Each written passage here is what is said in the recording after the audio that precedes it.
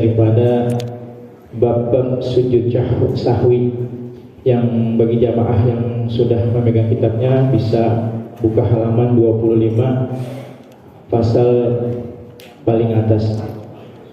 Marilah kita ikuti bersama.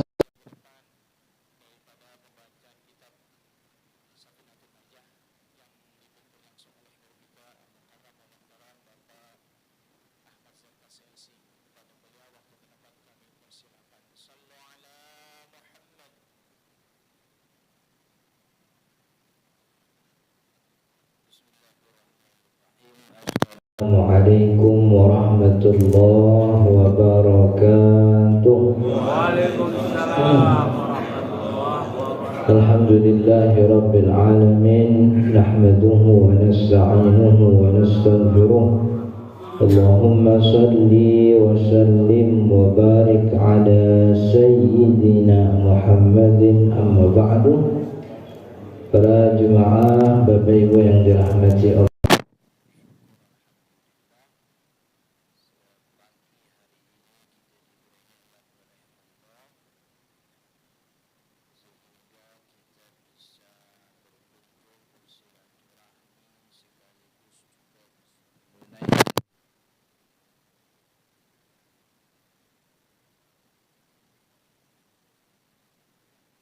agama.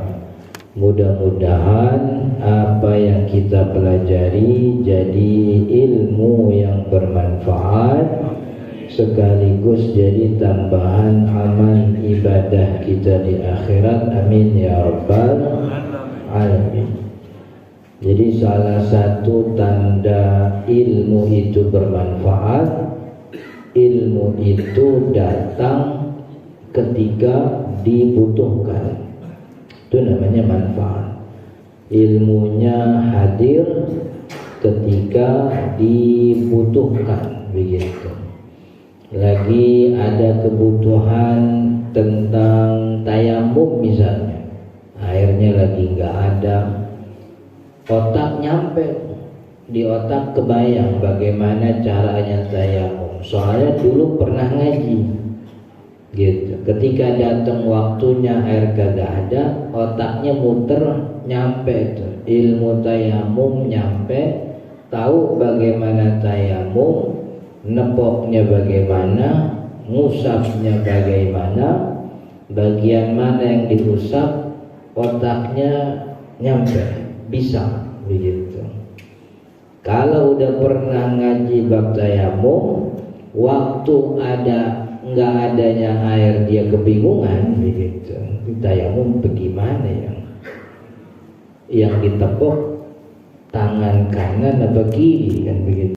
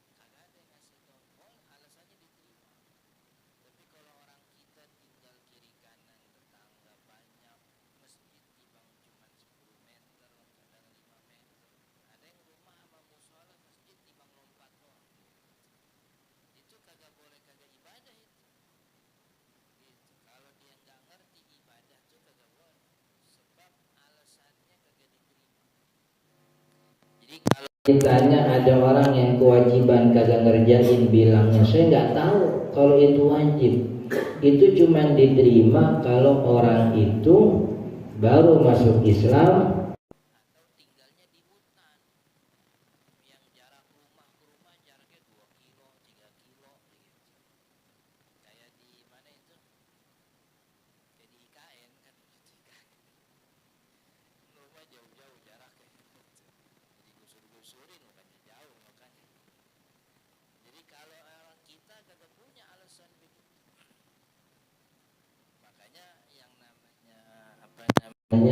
Ngaji belajar itu kewajiban, jadi jangan nunggu dikasih tahu begitu. Kalaupun kita kagak datang ke musola, kagak datang ke masjid, kan kita sekarang zamannya HP itu kan ya. Apa iya sepanjang hari itu kagak ada nongol itu di HP-nya ada ustadz siapa begitu kan, pasti muncul itu, pasti muncul itu gitu. Itu apa namanya soal ilmu yang bermanfaat. Qala al-musannif rahimahullahu ta'ala wa nafa'ana bihi wa bi'ulumihi fid darain amin ya rabbal alamin. Faslun asbabu sujudi sahwi. Pasal baru yang membahas tentang asbabu sujudi sahwi, sebab-sebab orang sujud sahwi, baik sholatnya fardu atau sholat sunnah. Jadi sujud sahwi ada di sholat fardu, ada juga di sholat sunnah. Arba'atun itu sebabnya ada 4. Jadi yang menyebabkan orang boleh sujud sahwi, berarti kalau kagak ada 4 jangan sujud sahwi. Mesti ada salah satu dari 4 ini baru kita boleh sujud sahwi. Jadi kalau dikatakan sujud sahwi itu artinya apa Ustaz? Sujud sahwi itu sujud as-sahwi. As-sahwi itu artinya kelalaian. Yang dimaksud daripada kelalaian adalah lalai atau lupa dalam bagian sholat tertentu yang memang ditambal dengan sujud. Nah, makanya namanya sujud sahwi. Tapi tidak semua kelalaian itu bisa diganti dengan sujud sahwi gitu. Jadi sujud sahwi itu hanya menambal, menutupi bagian sholat tertentu aja. Tidak semuanya. Makanya bagian yang dianjurkan sujud sahwi sebabnya cuma 4 aja. Selain 4 nggak ada kesunahan sujud sahwi begitu. Yang pertama sujud sahwi itu dianjurkan adalah al-awwalu tarku ba'din min ab'adis shalah. Meninggalkan ba'din ini artinya sunnah ab'adnya sholat. Ba'din, jadi ba'din itu kalau secara bahasa artinya bagian. Al-ba'du itu bagian. Jadi di dalam sholat itu ada sunnah namanya sunnah ab'ad, sunnah yang kalau diartiin sunnah yang termasuk bagian daripada sholat. Ada namanya sunnah hayat. Hayat itu kalau di Indonesiain namanya aksesoris. Sunnah yang sifatnya tambahan, aksesoris di dalam sholat. Dia bukan bagian dari sholat, tapi sholat dipakai itu tuh makin cakep begitu. Kayak orang kalau pakai aksesoris kan kelihatannya makin cakep. Ini sholat begini aja. Tapi kalau ditambahin sunnah hayat, itu aksesoris sholatnya makin cakep, kelihatannya makin makin bobot, pahalanya makin besar. Itu namanya sunnah hayat. Jadi di dalam sholat ada sunnah ab'ad. Ini bukan rukun nih, rukun beda lagi. Sunnah ab'ad, ada sunnah hayat. Sunnah ab'ad itu kalau di dalam sholat sebenarnya ada 5. Tapi ulama nyebut 3 cukup. Pertama tahiyat awal beserta duduknya. Yang kedua kunut subuh, yang ketiga kunut witir. Sunnah abad begitu. Nah, kalau 3 ini ditinggalin, maka dianjurkan sujud sahwi. Jadi disebut abad. Kenapa disebut abad? Disebut bahagian dari sholat, sebab orang itu dianjurkan habis i'tidal. Kalau i'tidal itu dianjurkan berdirinya lama. Nah, lama berdirinya itu buat baca doa kunut. Rakaat kedua mestinya dia berdiri, tapi dianjurkan duduk kelamaan dikit untuk baca tahiyat. Jadi disyariatin duduk tuh emang khusus untuk baca tahiyat. Makanya tahiyat awal tuh seperti bahagian daripada sholat. Sebab disyariatkan duduk, yang duduk itu khusus untuk tahiyat. Begitu juga kunut. Disyariatkan lama berdiri setelah i'tidal, itu lama berdiri khusus untuk baca doa kunut. Beda sama sunnah hayat. Sunnah hayat itu, contoh sunnah hayat itu bacaan tasbih. Lagi ruku ada tasbihnya, subhana rabbiyal azim. Lagi i'tidal ada bacaannya, rabbana lakal hamdu. Sujud ada bacanya, subhana rabbiyal a'la. Duduk di antara 2 sujud bacaannya Rabbi. Itu yang bacaan itu sunnah hayat. Duduk di antara 2 sujud disyariatkan untuk memisahkan sujud. Bukan buat bacaan Rabbi firli warhamni, bukan. Makanya dikatakan Rabbi firli warhamni wajiburni itu hayat, aksesoris. Sebab kagak make itu sholatnya udah cukup begitu. Jadi duduk di antara 2 sujud disyariatin bukan buat bacaan, tapi disyariatin untuk memisahkan dua sujud. Artinya orang lagi duduk di antara 2 sujud kagak baca apa-apa juga nggak nampak, nggak ada masalah, gitu. Malaikat nungguin aja nih orang sedang ngapa-ngapain. Iya.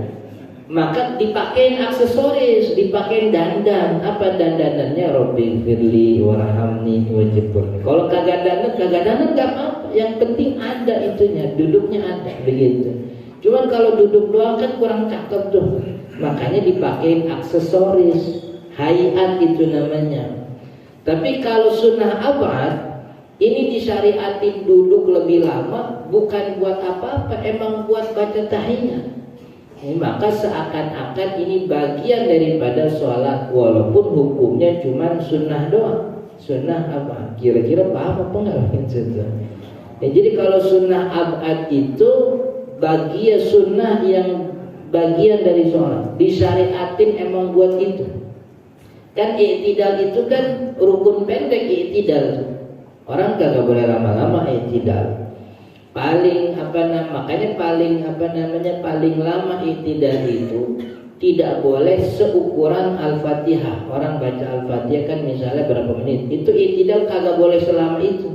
I'tidal itu rukun pendek. Tapi ketika sholat subuh justru i'tidal dianjurin lamaan dikit. Ngelamain i'tidal itu disyariatkan buat baca kunut. Jadi ini disyariatin satu gerakan, disediain satu tempat khusus buat doa kunut. Berarti doa kunut ini namanya abad, begitu. Tapi kalau ruku, orang ruku di dalam ruku dia nggak baca apa-apa, nggak ada masalah. Tapi kalau mau bagus tambahin aksesorisnya hayatnya baca tasbih, itu namanya sunnah ya. Jadi kagak ada itu kagak ada masalah, begitu. Masuk di dalam sholat itu cukup dengan takbiratul ihram, Allahu Akbar. Orang ngomong Allahu Akbar, udah masuk dia ke dalam sholat. Cuman kalau lebih bagus itu ucapan takbir kasih aksesorisnya ngangkat tangan, begitu. Maka ngangkat tangan ini menambah pahala. Kagak mau ngangkat tangan boleh, sah, nggak ada masalah. Sebab memang ngangkat tangan itu bukan bukan rukun sholat. Makanya kalau ada orang yang ngangkat tangan doang tapi mulutnya kagak takbir, sholatnya kagak sah. Sebab yang rukun itu takbiratul ihram, begitu. Jadi maka karena ngangkat tangan ini bukan rukun sholat, kalau beda ributnya kagak usah kenceng-kenceng gitu. Ngangkat tangannya sampai kuping, sampai dada, terserah.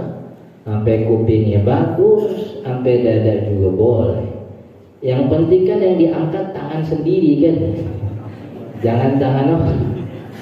Iya. Kan kadang nih karena kita kagak nih, banyak diantara saudara-saudara kita yang kagak belajar nih mana rukun sholat, mana bukan rukun sholat. Akhirnya ributnya kagak semenggah. Apa kagak semenggah itu? Semenggah itu buah yang luar hijaunya, hijau luarnya, dalamnya merah. Semangka itu. Iya, kagak semenggah. Timbang sujud aja diributin, mana yang duluan, lutut dulu apa tangan dulu. Kan kayak gitu kan bukan rukun itu. Orang mau lutut duluan boleh, mau tangan duluan juga boleh. Yang kagak boleh kan kalau sujud pala duluan. Kagak bisa orang begitu. Kan ya. Ada lagi yang kemarin saya ditanyain, kalau kita bangun dari sujud ke berdiri, itu tangannya ngepel apa kebuka? Lucu banget itu orang. Masa begitu makanya ditanyain. Apa kudu saya yang bangunin, saya tarik itu keteknya begitu. Tiba bangun dong ribet banget, tuh bukan rukun, bukan juga sunnah. Orang mau ngepel ya boleh, mau mensebut terserah begitu. Orang ngepel doang kagak bangun-bangun ya kagak sah sholatnya. Gitu. Jadi karena itu dia. Jadi kita tuh seaprek-aprek, pokoknya kalau sholat nggak dibedain tuh mana rukun, akhir ributnya pada hal yang tidak esensial. Orang lagi ada yang ributin tuh tasyahud, nunjuknya bagaimana Ustaz. Gitu. Ini yang ditunjuk nih jari telunjuk apa jari tengah apa gitu. Kalau jari telunjuk orang putus, bagaimana itu dia nggak boleh? Kan ya. Itu kalau dia nunjuknya nih dari awal apa pas asyhadu alla ilaha illallah gitu. Kalau udah nunjuk digerakin apa enggak Ustaz? Ini digerakinnya atas bawah, kiri kanan, apa kombinasi itu muter? Itu kan kagak penting. Sebab yang rukun itu baca tahiyat. Nunjuk apa kagak nunjuk kagak jadi soal. Itu aksesoris tuh, maksudnya begitu. Itu sunnah hayat. Nunjuk ya bagus, kagak nunjuk juga nggak apa-apa. Nunjuk yang bagus kalau makai Syafi'i nunjuknya ketika illallah kan begitu. Tapi kalau dari awal ya nggak apa-apa juga begitu. Malaikat juga kagak ngegroin begitu. Jadi nggak perlu ini. Nah orang kalau belajarnya rapi itu maka kita tahu dia mana rukun, ketahuan oh ini bukan rukun sholat. Jadi kalau beda-beda dikit nggak apa-apa lah gitu. Tapi kalau rukun sholat kayak takbiratul ihram kagak boleh orang salah. Dan takbiratul ihram nggak boleh pakai kalimat yang lain. Allahu akbar itu. Nggak boleh ada orang macam-macam dia pinter bahasa Arab. Allahu akbar kita ganti aja. Allahul a'zam misalnya. Kalimat nggak boleh. Gitu. Jadi maksud saya tuh ada di dalam sholat tuh ada sunnah ab'ad. Dia sunnah tapi disediain gerakan khusus buat dia. Itu makanya dikatakan ab'ad, bagian daripada sholat. Tapi ada sunnah sholat namanya hayat, sunnah aksesoris. Tidak ada gerakan khusus untuk sunnah tersebut. Cuman kalau sunnah tersebut dilakuin pahalanya makin bagus. Kan ya? Seperti sunnah hayat itu salah satu contohnya baca ayat setelah Al-Fatihah. Jadi setelah Al-Fatihah itu baca ayat itu sunnah hayat. Orang baca ya bagus nambah pahala. Tapi kagak baca sholatnya sah. Sebab itu bacaan aksesoris. Tapi aksesorisnya jangan dipahami aksesoris kayak apa ya? kayak apa gitu, kayaknya jelek banget begitu. Nah, saya namain aksesoris sih biar gampang paham aja. Jadi ada gerakan yang dikhususin buat bacaan gerakan tertentu, tapi kalau sunnah hayat nggak punya gerakan khusus. Tidak disyariatkan berdiri lama untuk baca i'tidal. I'tidal sebentar aja. Rabbana lakal hamdu mil'us samawati wa mil'ul ardi wa mil'u ma syi'ta min syai'in. Habis itu sujud, nggak boleh lama-lama lagi. Begitu. Jadi kalau sunnah abad di tempatnya disediain khusus. Gitu. Mestinya berdiri rakaat ketiga, dianjurin duduk lama dikit untuk baca tahiyat awal. Tapi duduk di antara dua sujud emang disyariatin untuk memisahkan dua sujud. Lagi duduk baca apa nggak baca nggak ada masalah. Cuman kalau kagak baca kan sayang gitu. Ini ada ibaratnya, ini baju, pakai baju aja udah cakep udah. Gitu. Cuman lebih bagus lagi nih kalau dipakein bros nih. Brosnya merah putih sama Garuda. Kan anggota dewan kan ya. Anggota dewan kalau jasnya polosan doang ya nggak apa-apa, udah sah itu. Cuman biar mantep nih pakai aksesoris namanya bros Garuda kan begitu. Iya, itu namanya. Jadi itu, nah kalau sujud sahwi itu kalau orang ninggalin sunnah abad tadi, pertama tahiyat awal beserta duduknya, yang kedua kunut subuh, yang ketiga kunut sholat witir di setengah terakhir bulan Ramadan. Setengah terakhir tuh mulainya malam 16. Malam 16 itu ada kunut witir. Nah, kalau imam lupa lagi sholat subuh lupa kunut, sami'allahu liman hamidah, kemudian dia langsung turun. Kalau ditegur sama makmum, imamnya belum sujud, dia boleh naik lagi. Gitu. Kalau dia naik lagi, sujud sahwi kagak usah, sebab kan kunut dia pakai itu. Tapi kalau kemudian dia sudah nempel jidatnya, jadi ukuran itu udah sujud, jidatnya udah nempel. Kalau jidatnya udah nempel begitu, kemudian ditegur subhanallah, kagak usah balik lagi. Biarin makmum mau teriak bagaimana juga biarin. Pokoknya kalau sudah masuk rukun selanjutnya jangan balik lagi.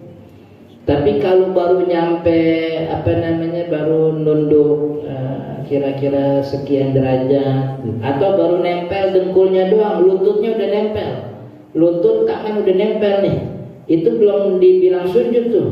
Sebab sujud itu kan 7 anggota termasuk jidat. Kalau jidatnya udah nempel berarti jangan berdiri lagi. Tapi kalau baru lututnya doang, tangannya nempel, kemudian ditegur subhanallah, naik lagi nggak mau. Begitu. Jadi maka itu yang namanya imam juga bukan timbang suaranya cakep, tapi kudu punya ilmu. Iya, kebutuhan ilmu di dalam sholat itu jauh lebih banyak dibanding kebutuhan bacaan. Kan kalau bacaan timbang rakaat 1 sama 2 doang kan ya. Kalau ilmu sepanjang sholat itu. Kayak tadi kan ceritanya gitu, kunut lupa, udah sujud masih diteriakin subhanallah. Itu imam yang kagak punya ilmu bingung nih. Ini gue udah sujud masih teriak gitu. Apa gue naik aja kali biar berhenti teriak. Kan bingung dia. Akhirnya dia naik lagi, nambah rukun, batal sholatnya, rusak semua itu kan ya. Makanya dulu ketika Nabi Muhammad SAW sakit, yang disuruh gantiin itu Sayyidina Abu Bakar, gantiin imam. Padahal di antara para sahabat yang bagus bacaannya, banyak hafalannya tuh ada sahabat Nabi namanya Ubay bin Ka'ab. Disebut sama Nabi itu Aqra'ukum Ubay, orang yang paling jago baca Qurannya itu Ubay. Tapi ketika Nabi Muhammad sakit, beliau nyuruhnya bukan Ubay, tapi yang beliau suruh adalah Sayyidina Abu Bakar As-Siddiq. Begitu, Sayyidina Abu Bakar.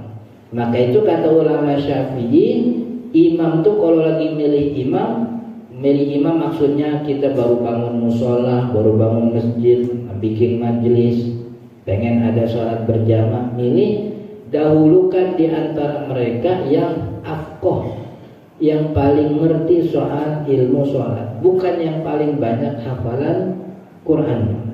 Sebab yang namanya sholat tibang kuliah kulhu sholatnya sah, bener enggak? Bener enggak? Tapi kalau sholat biar hafalan Qurannya 30 juz, yang kalau ada 31 apa juga dapat 31. Tapi fikih sholatnya dia kagak ngerti, jadi masalah tuh. Itu jadi masalah. Maka daripada itu dahulukan yang afqah, yang lebih ngerti ilmu sholat. Kan abis itu kalau sama-sama ngerti baru cari yang paling banyak hafalan Qurannya gitu. Kalau sama-sama hafalan Qurannya maka cari yang kalau bahasa hadis kan lebih dulu hijrah. Kalau lebih dulu hijrah itu saya artiin akamsi, orang kampung situ dulu gitu. Nih imamnya ada 3 nih, sama pinternya sama, hafalan Qurannya sama. Tapi di antara 3 kan ada yang akamsi, ada yang bukan akamsi kan begitu. Maka dahulukan orang kampung situ gitu. Kalau udah sama-sama akamsi, maka yang ketiga yang paling tua umurnya di antara mereka. Kalau milih gitu. Tapi kalau kita ada di satu tempat yang berhak jadi imam ya ratib situ, orang tuan rumahnya. Kecuali ada izin dari tuan rumah begitu. Itu pokoknya yang pertama tadi, sebab sujud sahwi meninggalkan sunnah abad, entah itu kunut, entah itu tahiyat awal. Tahiyat awal juga sama, ketika imamnya lupa atau kita lupa di dalam sholat, selama dia belum berdiri tegak, dia boleh turun. Masih rada bongkok, dia baru ingat turun nggak apa-apa. Tapi kalau sudah berdiri tegak, udah jangan turun. Ini udah masuk ke rukun berdiri gitu. Jadi makmum juga kudu paham. Kalau imamnya udah berdiri, jangan didoroin mulu begitu, kesian. Subhanallah. Orang udah berdiri udah kesian. Jadi ikutin aja. Kalau emang berdiri itu, sebab yang namanya tahiyat awal bukan rukun, dia sunnah abad. Kalau udah ditegur dia tetap berdiri, ya udah berarti nanti di akhir sholat ada anjuran sujud sahwi. Dan sujud sahwi ini Bapak Ibu yang dirahmati Allah, hukumnya sunnah. Tadi di awal di rakaat kedua duduk tahiyat awal nggak dikerjain, nggak baca tahiyat awal. Pas di akhir sholat habis tahiyat langsung assalamualaikum warahmatullahi wabarakatuh. Kagak sujud sahwi lagi. Nggak ada masalah juga. Sebab sujud sahwi itu hukumnya sunnah. Kenapa sujud sahwi hukumnya sunnah? Sebab sujud sahwi datang untuk menambal tahiyat awal, yang mengganti tahiyat awal. Yang pengganti itu hukumnya sama seperti yang diganti. Yang diganti adalah tahiyat awal. Hukumnya apa tahiyat awal? Sunnah. Maka sujud sahwi yang datang sebagai pengganti hukumnya juga sama. Hukumnya sunnah gitu. Jadi kalau nggak sujud sahwi nggak ada masalah juga begitu. Itu yang pertama. Azani, kemudian yang kedua, fi'lu ma yubtilu amduhu wa la yubtilu sahwuhu idza fa'alahu nasiyan. Pekerjaan yang batal sholatnya kalau dikerjain sengaja, tapi tidak batal kalau dikerjainnya lupa. Maksudnya apa nih? Jadi ada perbuatan di dalam sholat, kalau sengaja begitu tuh batal. Tapi kalau ngerjain itu kagak sengaja, maka hukumnya kagak batal. Cuman dianjurin sujud sahwi. Contohnya apa? Kalau sengaja batal, kagak sengaja kagak batal. Contohnya berbicara. Berbicara itu kalau sengaja ngomong itu sholatnya batal, sengaja. Tapi kalau orang keceplosan kan kagak sengaja tuh, gitu. Orang keceplosan apalagi itu kan tidak sengaja, maka sholatnya tidak batal tapi dianjurkan sujud sahwi. Contohnya lagi ada apalagi sholat dari ruku bangun i'tidal sami Allahu liman hamidah, pinggangnya bunyi pinggang bagaimana? Krek, dia kaget, aduh, aduhnya kagak disengaja itu, keceplosan. Itu kalimat aduh itu kalimat di dalam sholat atau bukan? Bukan. Tapi karena keluarnya tidak sengaja atau keluarnya karena lupa, maka sholatnya tidak batal. Sebab sesuatu yang sangat istilahnya kalau bahasa fikihnya itu usrul ihtiras, sulit untuk menghindari, bagi sebagian orang sulit untuk terhindar dari keceplosan pada beberapa kondisi. Lagi sholat begitu, pot bunga jatuh aja dia kaget, apaan tuh gitu. Lagi sholat kan ya. Maka kalau keceplosan itu tidak batalin sholat. Nanti di akhir sholat sujud sahwi gitu. Nah, tapi kata ulama ada namanya Dr. Mustafa Al-Bugho, orang Suriah, punya kitab Al-Fiqhul Manhaji. Beliau mengatakan memang bicara itu sengaja batal, kalau tidak sengaja tidak batal. Tapi yang tidak sengaja tidak batal itu syaratnya ngomongnya dikit, katanya begitu. Kalau panjang yang diomongin berarti batal itu. Jadi yang kagak sengaja kagak batal tuh kalau ngomongnya dikit. Nah, ukuran dikit apa tuh? Ukuran dikit itu tidak boleh lebih dari 6 huruf gitu. 6 huruf. Waktu baca itu saya rada bingung nih, 6 huruf siapa nih? Huruf Indonesia kan Latin tuh A B C D-nya. Kalau bahasa Arab kan beda tuh. Kan ya? Bahasa Arab ro itu kalau di Indonesia jadi dua huruf tuh. RO kan ya? Kalau di Arab cuma 1 huruf ro itu. Waktu ngaji saya tanya, ada namanya Syekh Ahmad Za'atari. Beliau tuh sekarang masih hidup orangnya. Kalau sekarang namanya, kalau di kita tuh kayak ketua MUI-nya Suriah, orang Suriah. Jadi ada beberapa teman alumni Suriah itu ngumpulin beberapa asatidz yang mau ngaji sama Dr. Za'atari online begitu.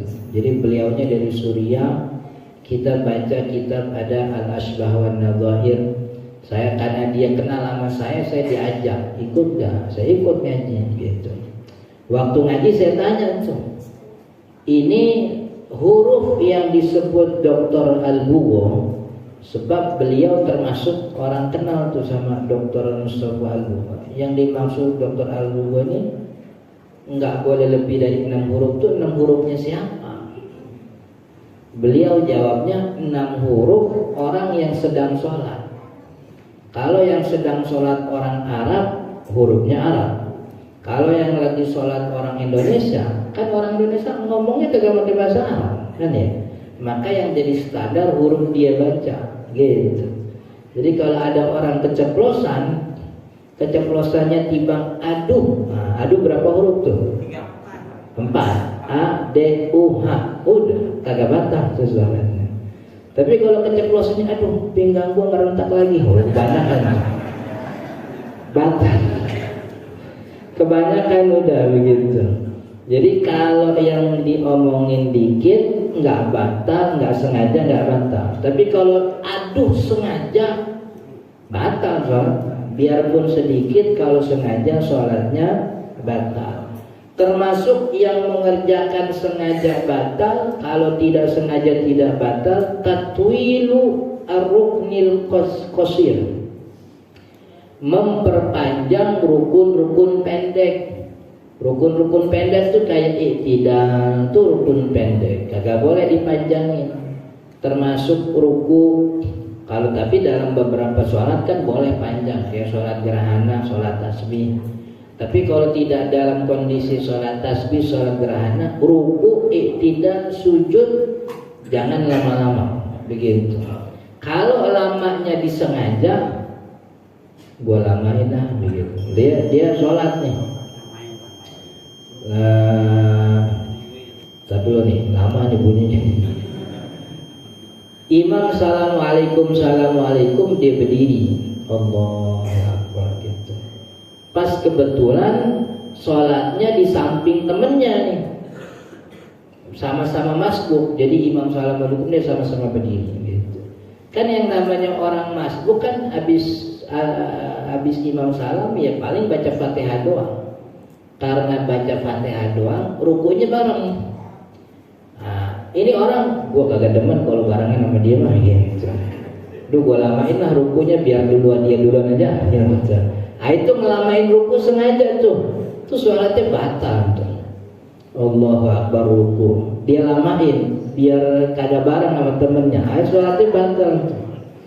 Itu memperlama rukun pendek. Tapi kalau dia rukunya lama begitu, emang pikirannya kosong begitu, lupa gitu. Allahu Akbar. Ingat, apalagi kalau udah akhir bulan, kan banyak orang pikiran kosong kalau akhir bulan. Iya. Gaji belum nyampe, cicilan udah banyak tagihan kan begitu. Kadang gaji udah nyampe, tagihan kebanyakan kan begitu. Banyak tuh pikiran. Mana anak minta jalan-jalan lagi kan begitu. Bini minta seragam patungan di pengajian gitu. Iya, kadang kan laki ngelihat istrinya ngaji tuh hatinya tuh deg-degser sebenarnya dia. Dilarang, orang mau ngaji dilarang kan begitu. Iya. Diiyain seragamnya banyak banget gitu. Mana seminggu 5 hari, 4 hari ngaji, Senin ngaji, Selasa ngaji, Rebo ngaji, Kamis ngaji kan ya. Yang Senin warna hijau seragamnya, yang Selasa warna merah, yang Rebo warna ungu, kerudungnya pink, begitu. Iya, yang bayarin siapa itu? Jual kan iya. Itu kita biar ustaz juga sama, ini saya begitu juga itu. Mana pengajiannya gak pernah ngundang saya aja itu. Cuman tiap minggu minta mulu buat seragam. Seragam ini, seragam itu. Iya. Jadi itu kadang-kadang tuh akhir bulan tuh begitu. Jadi dia rukunya panjang. Cuman panjangnya bukan karena sengaja, tapi lupa. Itu. Itu kagak batal sholatnya. Cuman kalau udah ngeh kelamaan, nanti di akhir sholat sujud sahwi. Itu yang kedua. Mengerjakan yang batalin sholatnya sengaja. Mengerjakan pembatal sholat yang kalau sengaja batal, kalau tidak sengaja tidak batal. Asalis kemudian yang ketiga, naqlu ruknin qawliyin. Yang ketiga, sunnah sujud sahwi dianjurkan sebab yang ketiga, naqlu memindahkan rukun qawliyin, rukun bacaan. Rukun bacaan itu kan ada Al-Fatihah, ada tahiyat, ada salam. Takbiratul ihram kagak boleh. Maksudnya begini, ini rukun bacaan nih, Al-Fatihah, tahiyat akhir sama salam. Ini kagak, kalau lagi ruku misalnya, lagi ruku dia baca alhamdulillah. Itu kan mindahin rukun bacaan tuh. Salatnya enggak apa-apa. Cuman nanti dianjurkan sujud sahwi. Lagi berdiri Allahu Akbar, berdiri malah dia baca at-tahiyatul mubarakah, kan kebalik tuh.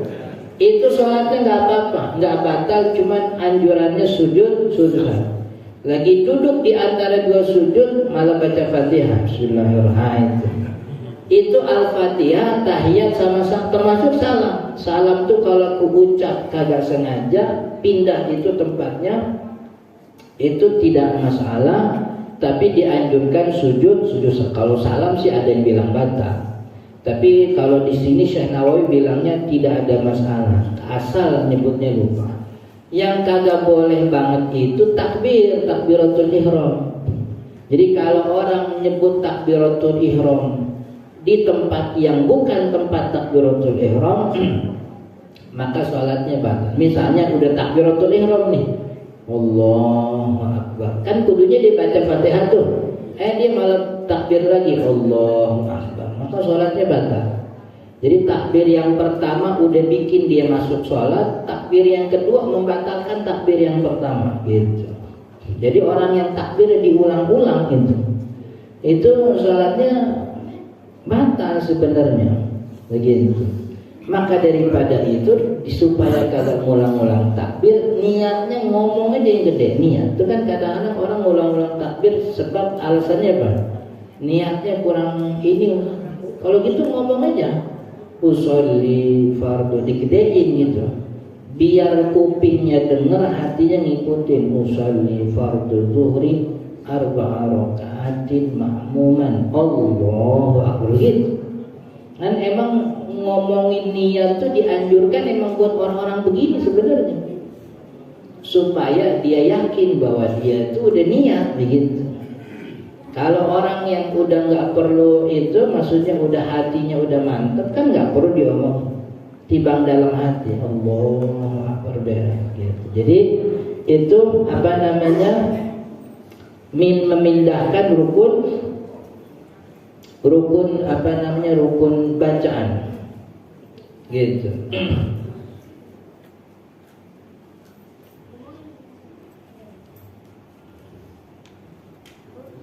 Oh salah tuh, yang boleh tadi cuman tahiyat sama al-fatihah, salam sama takbiratul ihram nggak boleh pindah, benar tadi. Berarti Syekh Nawawi Banten termasuk pada ulama-ulama yang kebanyakan salam sama takbiratul ihram kagak boleh pindah.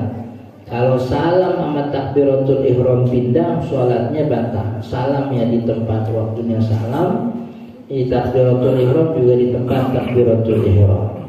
Sebab di beberapa pandangan ulama, kalau salam bukan pada tempatnya dan kagak sengaja, itu sama jatuhnya kayak Al-Fatihah di tempat lain, anjurannya sujud sahwi. Tapi Syekh Nawawi termasuk yang kagak boleh. Pokoknya salam sama takbiratul ihram nggak boleh salah tempat, begitu. Itu yang ketiga. Kemudian yang keempat nih, satu lagi, iqa'u ruknin fi'liyin ma'a ihtimali ziyadah. Iqa'u, mengadakan ruknin fi'liyin atau menambahkan rukun fi'li, rukun gerakan, misalnya nambah rokaatnya atau nambah apa namanya, nambah berdirinya, ma'a ihtimali ziyadah, karena ada kemungkinan bertambah itu gara-gara ada keraguan-raguan. Misal ai ma'at taraddudi fi ziyadatihi, karena keraguan-raguan sebab ada tambahan, bi an syakka fi rak'atin, seperti orang yang ragu-ragu. Contohnya begini, kalau kita lagi sholat sendiri nih, lagi sholat sendiri, kemudian kita ruku nih, Allahu Akbar. Ini pas ruku kita ingat, gua Al-Fatihah belum baca, maka balik lagi tuh berdiri, baca Fatihah. Berarti kan berdirinya nambah dalam satu rakaat 2 kali berdiri. Tapi tambahan berdiri yang kedua karena ada keraguan-raguan. Tadi belum baca Fatihah. Kan semua kalau rukun tuh kalau ketinggalan kita balik lagi. Bahkan udah apa namanya, udah i'tidal, sami Allahu liman hamidah, tadi Fatihah belum baca, ya udah berdiri lagi aja, maksudnya kondisi berdiri untuk baca. Nah itu kan berarti dia nambah berdiri lagi, jadinya rukunya diulang lagi, i'tidalnya jadi 2 kali lagi. Itu kan nambah gerakan tuh, tapi nambah gerakannya karena ada keraguan-raguan sebelumnya. Maka nambah gerakannya bagus, karena emang rukun kagak boleh ditinggal, tapi nanti di akhir sholat dia sujud sahwi. Tapi kalau rukun ketinggalan dia jadi makmum nih, imam ruku, Allahu Akbar, dia ikut ruku. Pas ruku dia baru ingat, gue belum baca Fatihah. Kalau kayak gitu nggak boleh balik lagi, kan lagi jamaah dia. Hitungannya yang rakaat tadi kagak dihitung tuh. Jadi nanti imam assalamualaikum dia berdiri lagi. Sebab rokaat yang rokaat yang kagak baca Fatihah kagak dihitung, jadi dia berdiri 1 rakaat gitu. Yang kagak enak kalau dia ada di sop depan gitu. Orang udah pada assalamualaikum dia berdiri sendirian, kan? Jadi itu hukumnya sujud sahwi. Jadi menambah gerakan atau menambah rukun gerakan karena ada kemungkinan bertambahnya sebab ada ragu-ragu. Kayak orang lupa, maksudnya ragu-ragu. Pas dia berdiri, ini rakaat 2 apa 3, 2 apa 3, kan begitu. Maka kan diambil yang paling sedikit tuh. Paling sedikit 2. Kalau beneran emang itu 2, kan gak ada masalah. Tapi kalau secara hakikatnya itu adalah 3, berarti kan dia kemungkinan nambah rakaat jadi 5. Tapi nambahnya rakaat itu sebab memang ada keraguan-raguan. Maka seperti itu dibolehkan, bukan dibolehkan, emang begitu mestinya. Kalau ragu-ragu 2 apa 3, ambil yang paling dikit 2. Begitu. Lalu kemudian nanti di akhir sholat dia sujud sahwi. Semua tadi 4 sebab tadi sujudnya sebelum salam. Habis tahiyat, beres tahiyat sebelum salam. Jadi beres fil alamina innaka hamidum majid, sujud Allahu akbar. Sujud sahwi itu sujudnya dua kali gitu, bukan sekali. Kalau sekali Ustaz, kalau sekali kurang begitu. Tapi boleh apa enggak Ustaz? Sebenarnya mah kagak boleh. Cuman kan sholatnya udah beres sudah gitu. Sholatnya udah assalamualaikum. Jadi kalau sholatnya udah assalamualaikum perlu diulang, nggak perlu. Tapi kan sujud sahwinya kurang. Sujud sahwinya kurang kan juga sujud sahwi hukumnya sunnah. Gitu. Jadi kalau yang dia kerjain itu kurang, ya udah kurang begitu. Cuman nggak ada masalah sebab sujud sahwi itu hukumnya sunnah. Maka kalau yang benernya sujud sahwi itu 2 kali. Allahu akbar sujud, duduk lagi, kemudian Allahu akbar sujud. Nah, duduk, ketika duduk kagak usah baca tahiyat lagi. Langsung assalamualaikum warahmatullahi wabarakatuh. Kalau dia lupa, misalnya mestinya sujud sahwi. Tadi rakaat kedua kagak pakai tahiyat, mestinya sujud sahwi. Habis tahiyat fil alamina innaka hamidum majid, langsung assalamualaikum warahmatullahi wabarakatuh.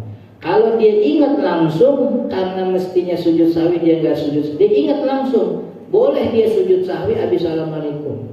Allahu akbar duduk, Allahu akbar sujud, Allahu akbar salam, 2 kali salam. Assalamualaikum warahmatullahi wabarakatuh. Jadi kalau lupa sujud sahwi, maka habis assalamualaikum dianjurkan sujud sahwi. Kalau habis salam juga lupa lagi begitu, ya udah nggak apa-apa, nggak ada masalah. Itu kalau emang lupa. Jadi sujud sahwi semuanya dikerjakan sebelum salam. Wallahu ta'ala alam, mudah-mudahan bermanfaat. Insyaallah kita lanjut di pertemuan akan datang. Ada pertanyaan dalam transaksi jual beli di masyarakat ada istilah DP atau tanda jadi. Jika transaksi batal oleh pembeli, DP hilang. Bagaimana secara syariat perihal uang DP? DP itu kalau di kitab fikih namanya urbun. Urbun itu yang jadi masalah di antara ulama. Apakah urbun itu bagian daripada harga barang, atau urbun itu sebagai ahdun, pengikat antara pembeli dan penjual? Kalau pakai pandangan mazhab Syafi'i, urbun itu bagian dari harga barang.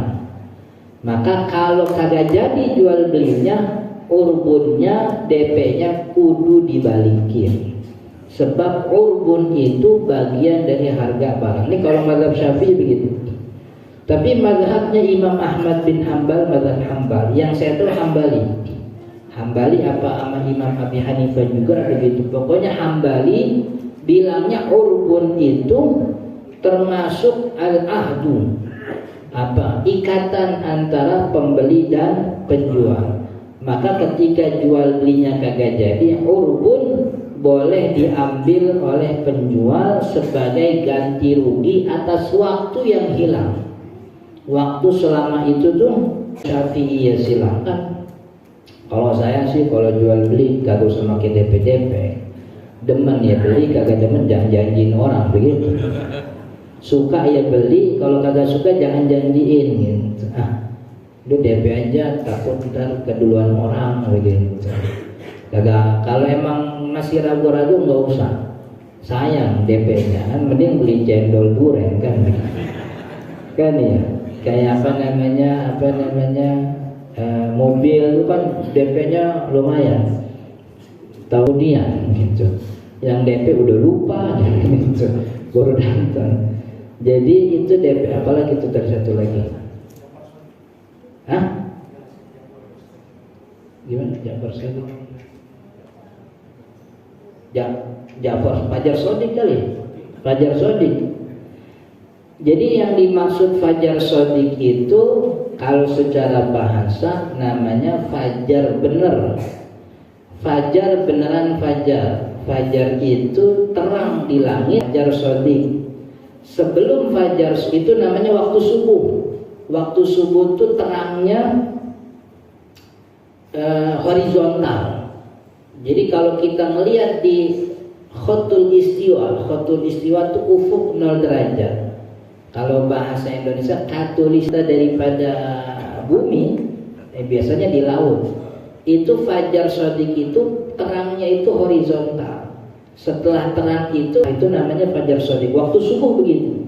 Sebelum fajar sodik itu ada namanya fajar kadzib. Fajar kadzib itu fajar dusta. Muncul terang di langit, tapi habis itu malah gelap lagi. Makanya namanya fajar bohong-bohongan gitu. Kirain fajar, malah kagak. Tapi fajar sodik apa fajar kadzib itu kalau kita di Jakarta tuh sulit ngelihatnya. Sebab langit Jakarta ngebul.